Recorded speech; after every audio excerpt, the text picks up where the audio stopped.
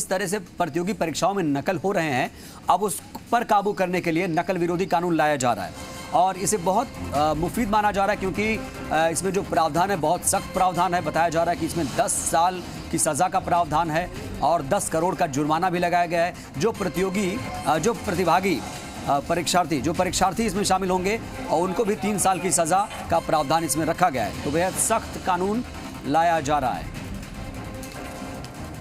जीत की चित्कार के बाद प्रतिपक्ष के दबाव के कारण आज परीक्षा में अनुचित साधन का प्रयोग के लिए 2 बिल लेकर आ रही है।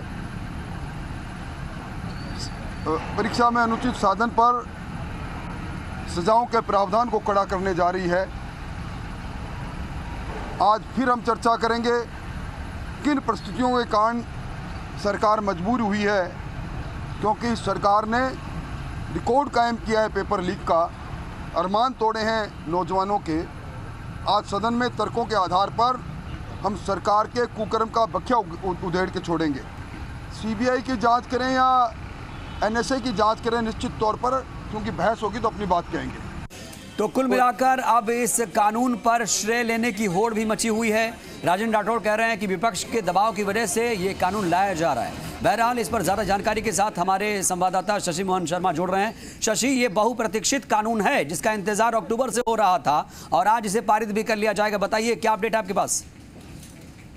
कमरुद्दीन, देखिए अभी विधानसभा में ध्यानाकर्षण प्रस्ताव पर चर्चा चल रही है। जैसे ही ये चर्चा खत्म हो जाएगी तो कानून जो 2 विधेयक लाए जाने हैं, दोनों विधेयक सदन के पटल पर रखे जाएंगे। जो परीक्षा में नकल रोकने से जुड़ा हुआ विधेयक है वो भी रखा जाएगा और जो परीक्षा के पर्चे लीक करने से रोकने का मामला है उस विधेयक को भी सदन के पटल पर रखा जाएगा। उच्च शिक्षा मंत्री जो है राजेंद्र यादव, वो इसको रखेंगे। खास बात यह है कि जो अगर कोई कैंडिडेट नकल करता हुआ पाया जाता है अनफेयर मीन्स के जरिए, तो उसको 2 साल के लिए उस एग्जाम से डिबार यानी अयोग्य घोषित कर दिया जाएगा।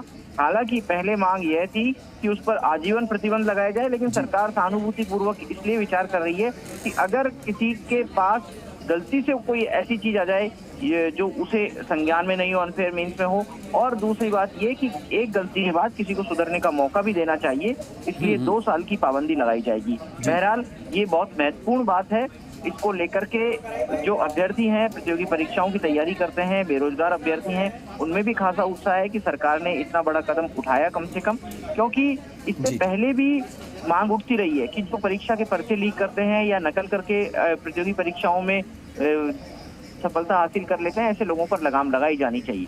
और इस कानून के बाद से राजस्थान इस मामले में प्रोग्रेसिव स्टेट गिना जाएगा। इससे पहले जो विधानसभा में प्रश्नकाल हो गया राजस्थान।